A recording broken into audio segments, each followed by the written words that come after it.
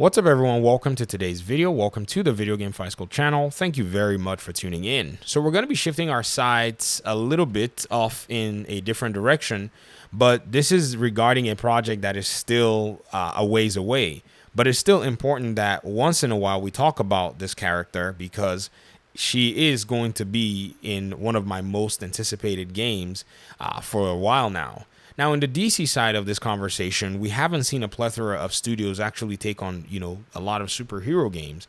But it appears Monolith have signed up for the Wonder Woman project, and they seem to be in a place where I can kind of say that I think this game has probably graduated from its pre-alpha side of things.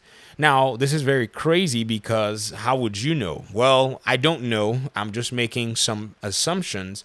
And this is based on one of their hiring requirements that they have right now. And the craziest thing, too, is this hiring requirement really does speak to me as something that they not only used as a, announcement, but a huge tease about exactly what this project might be about. So 22nd of August, right? This was just last month. They basically went ahead and, posted this little thing saying that they're hiring a senior software engineer. And in this, particular poster art that they used, they pretty much show a poster art from one of Wonder Woman's comics with her and Cheetah. Now, this is pretty cool because here in the comment section, somebody went ahead and, pretty much posted the comic that this was from and kind of the storyline about it.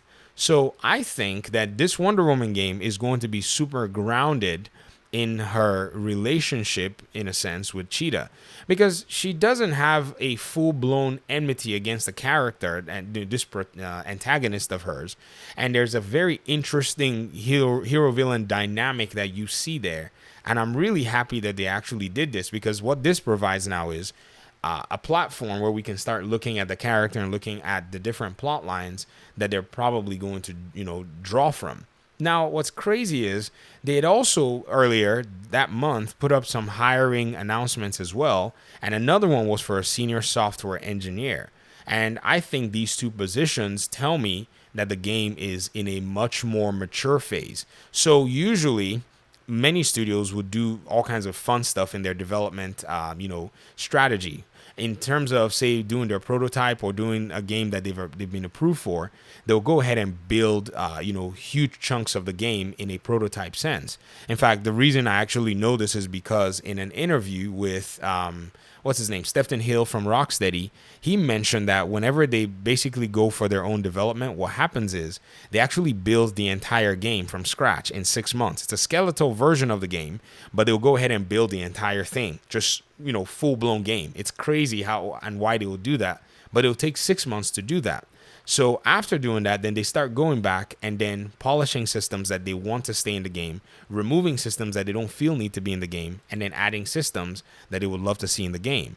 Now, if you look at this hiring requirements that they have, or these two positions they're hiring for, it seems to me that they want to now start developing or at least fleshing out the game in terms of mechanics and in terms of all of that cool stuff. So a senior sound designer, their job is actually, very defined in a sense. What they do is they pretty much take the game and then they start to add sounds that are pertinent to all of the different facets of the game. They usually have a team. So someone that's going to actually, coordinate all of that, the senior software engineer for audio anyways.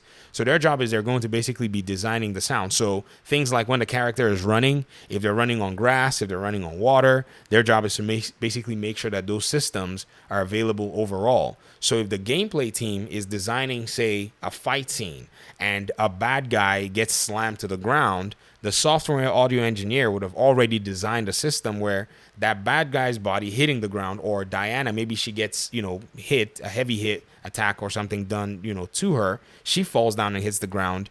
There's already sound parameters within Diana herself or the bad guys so that when they hit the ground, you're going to hear those sounds play. That's usually what the, sound engineers do in a sense. So I think this is what this is going into. So that framework already seems to me that it's done, and now the rest of this just needs to be fleshed out.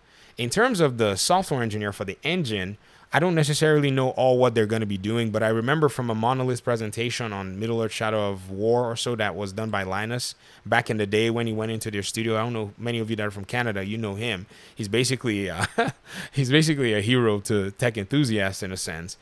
One thing that he actually went and visualized was how their studio was, pretty much designing that game at that time, and how their senior software engineers for the engine were making sure that the game was going to be able to scale to harness the power of the Xbox. I think it was a series. Was it a series? No, it was the Xbox One X and S. Was it that Xbox One, whatever, the Xbox before the series that came out at that time? And it was a very interesting, overview to see how their studio were actually taking the reins of that game and developing different aspects of it at that time.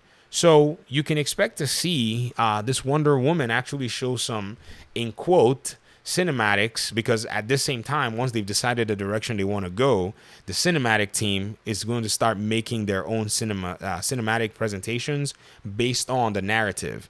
So this is usually another aspect of game development. Then they can take those cinematics and use them for trailers and use them for all kinds of things. It'll be fun to see the way the development process goes, though. But I'm really excited as to the direction that they're going right now in terms of using a very original story, having Cheetah actually possibly be a hero of some kind, or maybe a hero or anti-hero of some kind, that eventually becomes, in a sense, an ally. So that's pretty much my analysis of Wonder Woman so far, where we are. And hopefully we'll be getting more information pretty soon. And I hope to be able to discuss that with you guys here in the community. Thanks so much for watching the video. I appreciate you guys' time and audience. Peace out.